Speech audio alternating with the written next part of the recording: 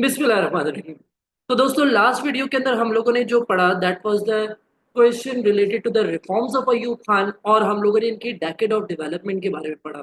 मैंने आपको बताया कि जब अयूब खान ने अपने 10 साल मुकम्मल किए थे तो इन्होंने बड़ी खुशियां मनाई थी और इन्होंने कहा कि भाई मैं तो मुल्क में खुशहाली ले आया हूँ, डेवलपमेंट ले आया हूँ, और इन्होंने एक दिहाई यानी कि एक डेकेड पूरा कर दिया डेवलपमेंट का। और इससे रिलेटेड जो पास्ट पेपर्स में सवाल आता है 14 मार्क का, वो भी हम लोगों ने अच्छी तरीके से प्रैक्टिस किया लास्ट क्लास के अंदर।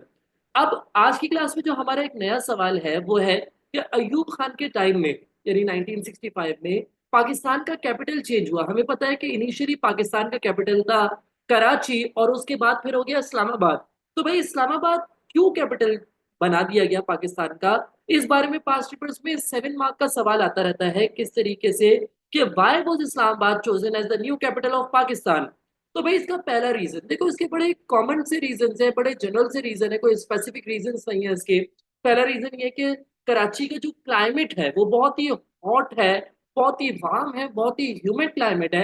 और जो फॉरेनर्स आते हैं, जो इंटरनेशनल लोग आते हैं, उनके लिए ये क्लाइमेट बर्दाश्त करना थोड़ा सा मुश्किल था। इस्लामाबाद का कंपैरेटिवली जो है वो मॉडरेट टेम्परेचर है, वहाँ पे रेनफॉल ज्यादा होती है, तो वो ज्यादा सूटेबल था इंटरनेशनल लोगों के लिए जो आ रहे हैं, ब्यूरोक्रेट्स वगैरह आ रहे हैं, उनके लिए सूटेबल था वो क्लाइमेट, जिसकी वजह से कराची को हटा के इस्लामाबाद को नया कैपिटल बना दिया गया।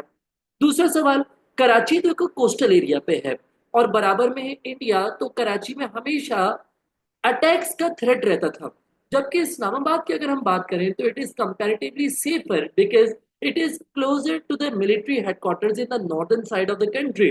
पाकिस्तान के नॉर्थ पे ज्यादातर मिलिट्री हेडक्वार्टर्स बने हुए हैं और इस्लामाबाद भी थोड़ा नॉर्दर्न साइड पे है, लिहाजा इस्लामाबाद को कंपैरेटिवली सेफ समझा जाता है। इसके अलावा Islamabad is a well planned city made according to the political needs of a capital. Islamabad को कैपिटल की नीड्स के अकॉर्डिंग ही डिजाइन किया, जबकि कराची के से अगर हम कंपैरिजन करें, Karachi is an industrial city, तो यहाँ पे पोल्यूशन भी बहुत ज्यादा है, यहाँ पे ट्रैफिक भी बहुत ज्यादा है, लिहाजा it was not suitable for the capital of the country. This is why Islamabad was chosen as the new capital of Pakistan. अब हमारा जो नेक्स्ट टॉपिक है that is problems for Ayub Khan. इससे रिलेटेड अभी पास्ट पेपर्स में इस तरीके से सवाल आए तो नहीं है, लेकिन क्योंकि हमारे कोर्स का पार्ट है तो मैंने इसके बारे में प्रैक्टिस सवाल बना दिए हैं। 2 सवाल बना दिए मैंने। एक सवाल क्या कहता है, 7 मार्क का बना है कि भाई explain why there were problems for Ayub's government in the late 1960s। Ayub Khan की गवर्नमेंट को लेट 1960s में क्या प्रॉब्लम्स का सामना करना पड़ा? देखो, इसको समझने के लिए हम लोगों को अयूब खान के इलेक्शंस के बारे में जानना पड़ेगा। अयूब खान आए थे 1959 में, बेसिकली ही became the president of Pakistan जब बेसिक डेमोक्रेसीज इंट्रोड्यूस किया। उसूलन तो 5 साल बाद इनकी टाइम मुकम्मल हो जाना चाहिए था और इनको गवर्नमेंट से हट जाना चाहिए था। तो इन्होंने क्या किया, इन्होंने थोड़ा सा इलेक्शंस को डिले किया, और जब इनके ऊपर प्रेशर आया तो उन्होंने कहा ठीक है भाई इलेक्शंस करवा देते हैं।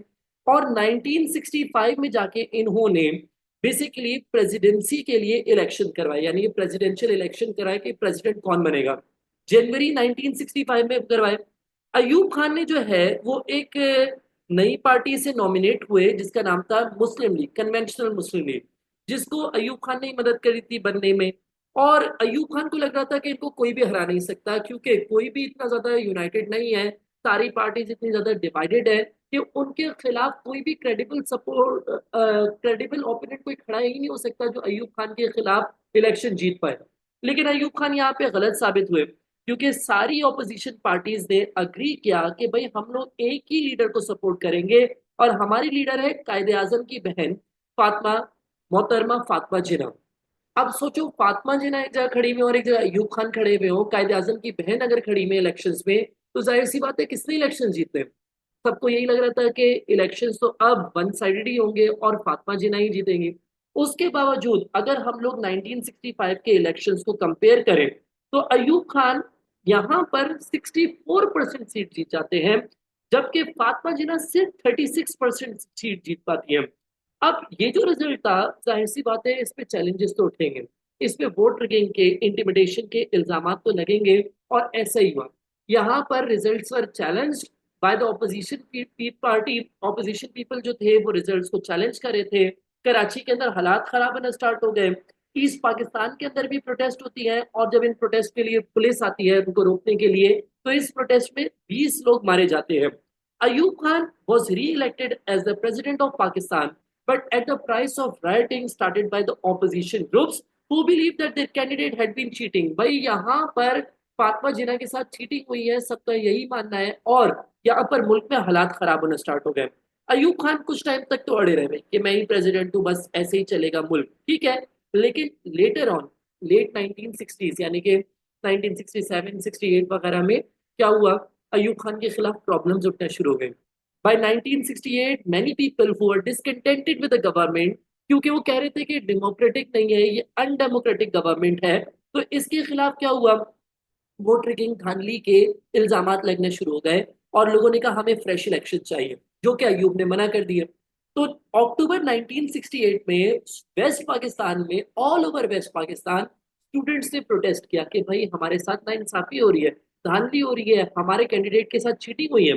और जब अयूब खान ने 1968 में पेशावर को विजिट किया, तो he was the target of a failed assassination attempt, इनको कत्ल करने की कोशिश भी की गई। अयूब खान ने क्या किया, अयूब खान ने कहा कि भाई जो भी हमारे खिलाफ ये काम कर रहा है उसको अरेस्ट करो। Even Zulfikar Ali Bhutto was arrested at that time, जो कि फॉरेन मिनिस्टर थे हमें पता है, तो उनको भी अरेस्ट कर लिया गया। अब जब भुट्टो को अरेस्ट किया गया तो मजीद प्रोटेस्ट हुई, और ये प्रोटेस्ट ईस्ट पाकिस्तान तक पहुंच गई।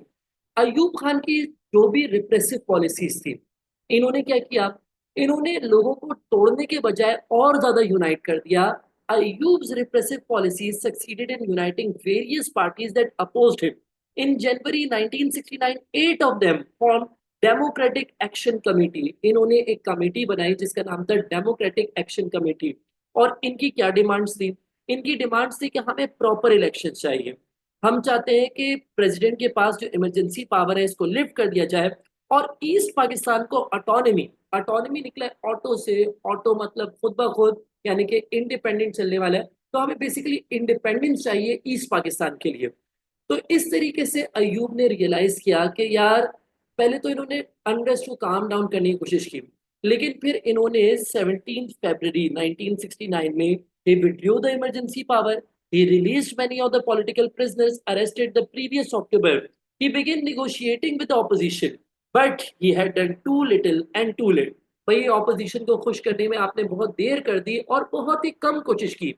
इवन जो इनके बेसिक डेमोक्रेसीज थी वो भी अब क्या हुआ, वो भी अब लोग उसके खिलाफ होने शुरू हो गए। ऑपोजिशन रैलीज जो है अब ज्यादा स्ट्रेंथ पकड़ रही थी, और अयूब की जो सपोर्ट थी वो रैपिडली लूज हो रही थी। तभी 25 मार्च 1969 में इन्होंने रिजाइन कर दिया। लेकिन इन्होंने नए इलेक्शंस नहीं कराए, इन्होंने कहा ना ना ना, अभी भी पॉलिटिकल पार्टीज को मैं कुछ भी नहीं देके जाऊंगा।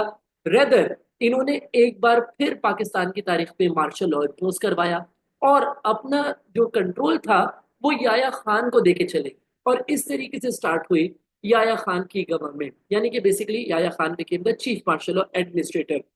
तो चलो अब हम नेक्स्ट क्लास में जाके पढ़ेंगे कि भाई याया खान जब चीफ मार्शल लॉ एडमिनिस्ट्रेटर बने, बेसिकली ही became the president as a chief martial law administrator, तो भी याया खान के दौर में क्या कुछ हुआ।